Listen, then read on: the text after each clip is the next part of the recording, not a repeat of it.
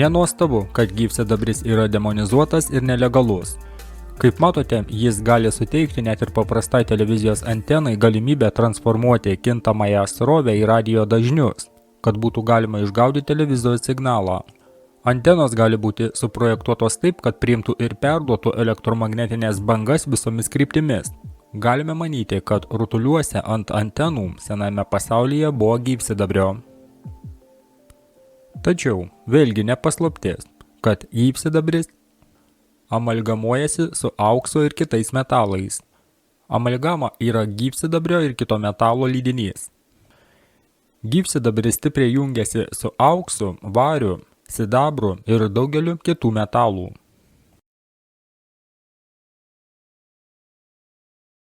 Vienintelė bendra išimtis yra geležis. Rutuliai negalėjo turėti gyvsidabrio, nes, kaip matėte, gyvsidabris ištirpdytų auksą, sidabrą ar varį ir susilietų su jais. Nematome jokių įrodymų, kad jos veiktų vien tik kaip antenos. Bet jei visos šios konstrukcijos turi kažkokį variklį ar įrenginį, panašiai kaip Frenelio lęšiai, tuos, kuriuos matėte švyturyje, kur gyvsidabris nuolat sudaro sūkurį, tai turėtume įrenginį, kuris leistų antenoms išgauti eterinę energiją ir perduoti galingus elektromagnetinius signalus. Kaip rodo Falconelli savo darbe, pasak šventojo Kristoforo, būtent gyvsidabris leido auksui realizuoti savo potencialą. Labai tikėtina, kad iš šių vietų, kurios paprastai būdavo aštuonkampės, buvo išimti indai, cilindrai ir konteineriai, kurie paprastai būdavo šiuose aštuonkampėse struktūrose, ir juose galėjo būti gyvsidabris. Čia kyla klausimas, jei kai kurie švyturiai ir šiandien vis dar naudoja lęšius ir gyvsidabrį, ar jie vis dar gali išgauti eterinę energiją? Ne, jie to nedarys. Čia Falconelli paaiškina kodėl. Kaip jis teigia kitur savo knygoje Soborų paslaptis.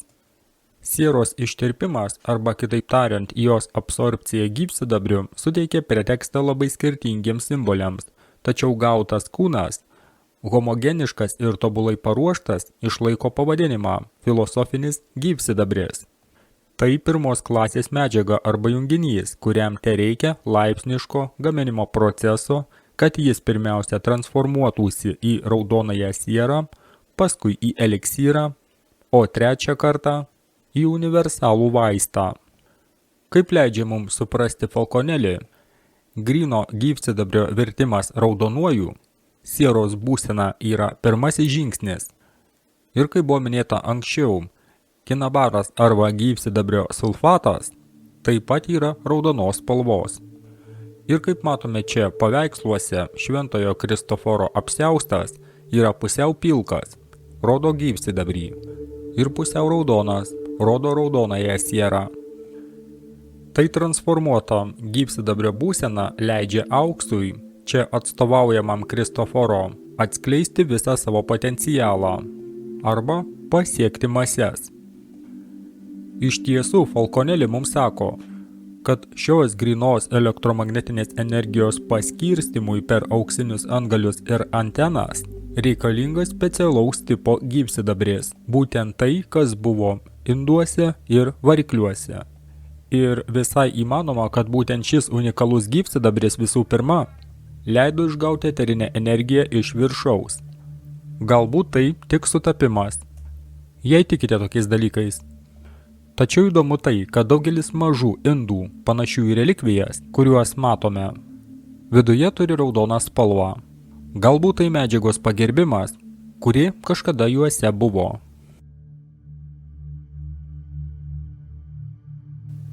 Žinau, ką nori pasakyti. Iš musės nori padaryti dramblį. Visa tai masonų apgaviko kliedesiai. Iš kur mes iš tikrųjų žinome, kad tie, kurie gyveno senajame pasaulyje, buvo antikos alchemikai. Ir kad gyvsidabris buvo jų pažangių technologijų pagrindas. Būkite kantrūs, aš demaskuosiu šį vadinamąjį Falconelį, masonų apsimetėlį. Kaip jau minėjau, čia yra daug pusiau tiesos, kurią mes vis dar galime išgauti. Turite paklausti, kodėl šis paslaptingas tekstas yra apie katedrų paslaptis, daugiausia dėmesio skiriama struktūrų ir jų simbolikos aiškinimui alchemijos terminais. Nes, kaip matote, šventasis Kristoferis nėra vienintelė simbolinė išraiška gyvsidabrio ir aukso santykiui. Kaip ir garbinant garsą bei vandenį, senasis pasaulis šį alcheminį ryšį išreiškė daugybę simbolių. Iš tiesų, simboliai buvo taip plačiai paplitę, kad priešas turėjo juos pasisavinti ir panaudoti kaip ginklus kontroliai ir apgauliai. Priešingų atveju didysis XIX amžiaus perkrovimas būtų žlugęs. Priešo genialumas kyla iš jo pasisavinimo, perkūrimo ir sąmoningo simbolių menkinimo iki tokio lygio, kad net vieno simbolio istoriją ir tikrąją reikšmę atsekti tampa monumentaliu žygdarbiu. Liūtų ir erelių gausa, kurią matome visame pasaulyje, daugiausia statulos reiškia aukso ir gyvsidabrio elementus. Kaip teigia Falconelli, liūtas yra auksas. Tai simbolizuoja žemišką ir nejudančią jėgą. Tuo tarpu, kai erelis yra lengva ir nepastovi jėga arba gyvsidabris. Kai du čempionai susijungia, jie puola, atstumia ir drasko vienas kitą. Energija. Kol antagonistai tampa vienu kūnu, gyvų gyvsidabriu. Fiksuoto aukso ir lakiojo gyvsidabrio susiliejimas sukuria grifoną, kuriame liūtas arba auksas yra stabili pagrindinė junginio dalis. Reprezentavo fiksuotą pagrindinę junginio dalį, kuri, susidūrusi su nepalankiu lakumu, praranda geriausią savo dalį, tą dalį, kuri apibrėžė jos formą, tai yra hieroglifų kalba galvą. Ir kaip liūtą bei erelį matome grifoną visur senajame pasaulyje.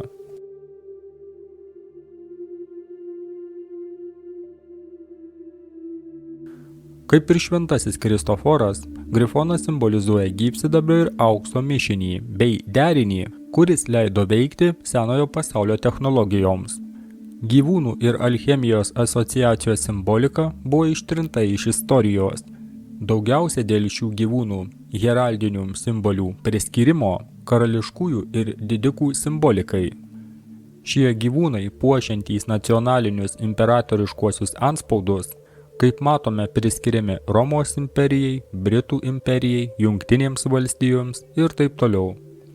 Tai yra postkolonijinio dominavimo aktas prieš senąjį pasaulį, jo simbolių pasisavinimas, jo istorijos naikinimas per melagingą pasakojimą. Be to, cheminis, alcheminis ir kosmologinis simbolis naudojamas gyvsidabriui pavaizduoti yra lengvai atpažįstamas dėka dviejų istorijoje ir kultūroje plačiai naudojamų simbolių – kryžiaus ir pusmėnulio derinio. Atvirai pripažįstama, kad tam tikrų momentų visa religinė simbolika buvo prieš tai naudojama ir taikoma dabartinės religijos. Tačiau ji priklausė kitai kultūrai ir atstovavo kažką visiškai kito, skirtingose istorinėse epochose. Bet tai, kad tai atvirai deklaruojama, nereiškia, kad tai turi kokią nors prasmę. Nejaugi mūsų istoriniai protėviai ir jų protėviai, jiems taip trūko įkvėpimo, kad jiems tereikėjo perdirbti jau esančius simbolius. O gal mums ir vėl nesakoma tiesa?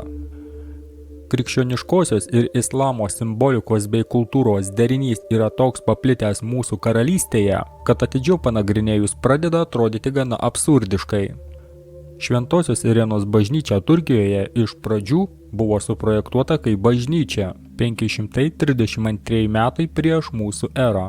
Arabų katedros interjero stilius. Pseudo-arabiškas mergelės Marijos aureolės scenarijus. Jei tikėsime oficialią istoriją, tai yra, jei tikėsime apie kryžiaus žygius ir Osmanų karus, apie nuolatinį karą tarp vakarų ir rytų, tai pusmėnulio simbolika esanti daugelyje vadinamųjų viduramžių herbų neturi jokios reikšmės. Ant Europos riterio skydo yra pusmėnulis. Tai gali būti dar vienas kultūrinis pasisavinimas. Tačiau pasakojimas tampa dar labiau neįtikinamas, kai žiūrime į pačias struktūras. Kodėl didžioji Hagijos Sofijos mečetė iš pradžių buvo pastatyta kaip Hagijos Sofijos bažnyčia, kaip mums sakoma Romos imperijos, ir ji liko bažnyčia dar 1000 metų. Jos 4 minaretai buvo pastatyti po to, kai Osmanų imperija užėmė regioną. Bet pažiūrėkite į jos originalų dizainą. Ji visiškai nepanaši į tradicinę katedrą. Kordobos katedra, Ispanija. Iš pradžių pastatyta kaip mečetė 8 amžiuje, o vėliau 13 amžiuje paversta į katedrą. Čia matome 2 stilių rytų ir vakarų derinį. Įdomu tai, kad šis pastatas taip pat turi raudonai baltas arkas. Tai vėl žymė elektrinės. Tai randame daugelį neįtikėtinų statinių. Ir net be jų neįtikinamų pasakojimų persmelkiančių kultūras, mes vis dar daugelį pastatų matome abiejų stilių buvimą, prie kurių jų istorija nepririšta. Švento Morkaus bazilika ir Dodžų rūmai Venecijoje atrodo itin rytietiški, taip pat Brightono paviljonas Anglijoje. Šie statiniai nebūtų įmanomi be pažangių technologijų turėjimo visiems, kurie yra rytuose ir vakaruose. Oficiali istorija teigia, kad jie to nedarė. Oficiali istorija pasakoja mums apie įkvėptus architektus, kurie buvo paveikti rytų ir vakarų pastatų. Bet atminkite, kad tuo metu, kai jie buvo pastatyti, žmonės net neturėjo įperkamo transporto. Jų kelionės tarp šalių ir žemynų trukdavo savaitėmis ir jie neturėjo fotoaparatų, kad juos įrašyti ir taip tiksliai įsiminti. Kodėl sinagogos neturi savo stiliaus? Matome mečečių ir katedrų architektūrų stilių mišinį.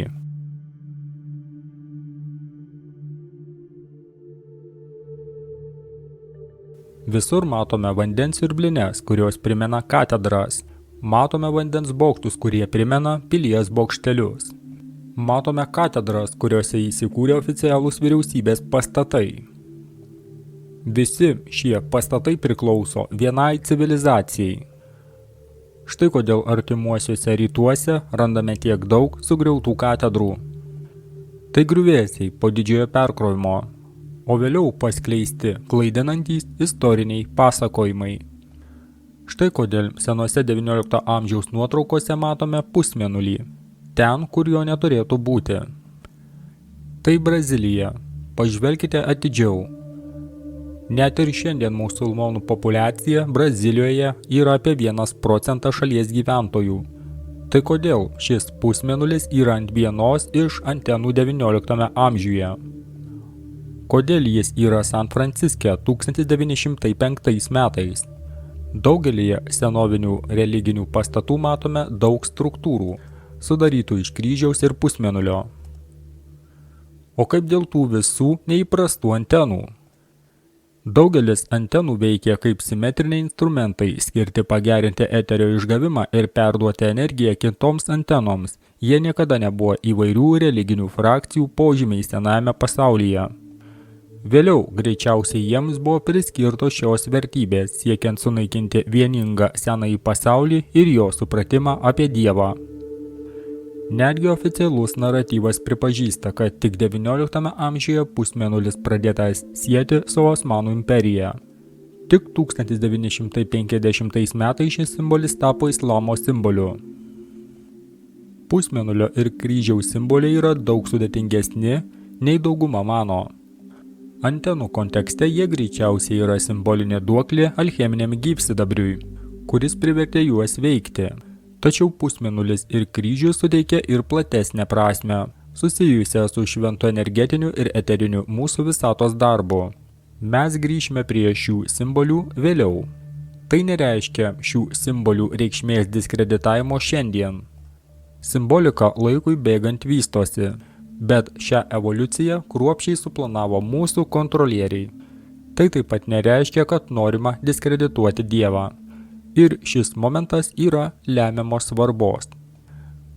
Suprantu, kad daugelis šių dalykų gali kai kuriuos žmonės suerzinti, tačiau nepaprastai svarbu suprasti, kad religija institucinė prasme buvo sukurta mūsų valdančiųjų kaip kontrolės priemonė. Daugelis religinių organizacijų šiandien yra korumpuotos ir naudoja religiją kaip priedangą. Religija buvo svarbus apgaulės įrankis pateisinti senojo pasaulio infrastruktūrą. Religija nėra Dievo supratimo sinonimas, tikėjimo ir maldos. Ir tai nereiškia, kad norima diskredituoti Dievo sūnaus gyvenimą. Ne, ir tai yra esminis dalykas. Kodėl? Tai suprasite šiek tiek vėliau mūsų kelionės metu. Daugeliu atžvilgių tai yra tai, ką Kristus bandė išmokyti žmonės. Kai meldžiatės, nebūkite kaip veidmainiai, kurie mėgsta melstis stovėdami sinagogose ir gatvių kampuose, kad juos matytų žmonės. Kai tu meldiesi iki savo kambarėlį ir užsidaręs duris melskis savo tėvui slapta. Matote, kad šventraščiai yra tikslesni nei dauguma mano. Jie yra ir istoriniai pranešimai, ir vadovas gyvenimui, ir šventi pranašysčių tekstai. Yra keletas tekstų, kurie yra tokie svarbūs, kad pastaruoju metu priešas desperatiškai bando juos atimti iš žmonių. Ir jūs suprasite, kodėl. Tai nepaprastai svarbu mūsų tolesniai kelioniai. Pasilik su manimi, įdomiausia dar priešakyje.